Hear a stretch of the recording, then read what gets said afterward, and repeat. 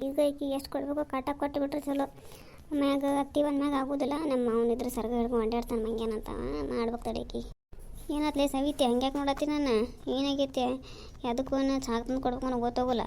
ಒಟ್ಟನೆ ತೊಗೊಳದ ದೇವ್ ಬಡ್ದಂಗೆ ಹರೆ ಹರೆ ಆಗೋಣ. ನಡಿ ಚಾ ಮಾಡ್ಕೊಂಬಾರ ನಡಿ. ಅಯ್ಯೋ ಅತ್ತಿರಿ ಗ್ಯಾಸ್ ಖಾಲಿ ಆಗ್ಬಿಟ್ಟೈತ್ರಿ. ಹರೆ ಆಗೈತೆ ಅದಕ್ಕೂ ರೀ. ಏನು ಮಾಡ್ಬೇಕು ತಿಳಿವತ್ತು ನೋಡ್ರಿಪ್ಪ. ಹರ್ಯಾಗ ನಾನು ಬಾಜುಕಿನ ಮನೆಗೆ ಹೋಗಿ ಇದು ಮಾಡ್ಕೊಂಬಂದೇನು ರೊಟ್ಟಿ.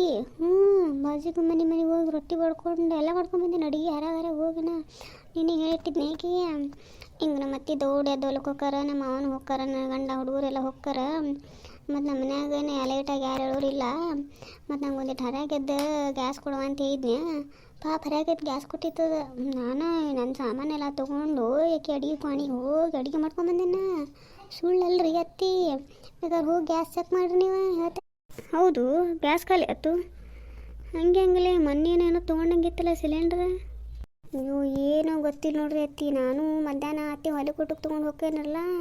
ಹಿಂಗೆ ನನಗೂ ಏನು ಗೊತ್ತಾಗೋತ್ರಿ ಮನ್ಯಾಗಿಂದ. ನೀವೇ ಇರ್ತಿರಲ್ಲ ಮನ್ಯಾಗ, ಬಿಸಿಲಾಗ್ಬೋಲ್ಲ ಹಂಗೆ ಹಿಂಗೆ ಅಂತ ಮನ್ಯಾಗ ಇರ್ತೀರಪ್ಪ. ಏನು ಆಕೈತ್ರಿ ಮನ್ಯಾಗ ನೀವೇ ಇರ್ತೀರಪ್ಪ. ನಿಮ್ಗೆ ಗೊತ್ತು ಗ್ಯಾಸ್ ಎಷ್ಟು ಖಾಲಿ ಆಗತ್ತಿ ಏನು ಮಾಡ್ತಿತ್ತು.